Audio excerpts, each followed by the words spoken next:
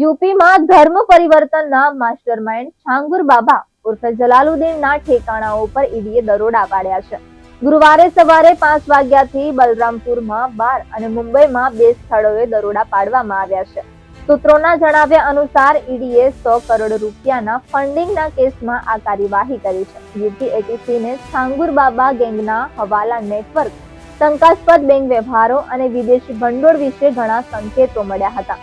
એટીએસે આ સંદર્ભમાં ઈડીને દસ્તાવેજો સોંપ્યા હતા. ત્યારબાદ ઈડીએ આ કાર્યવાહી કરી છે.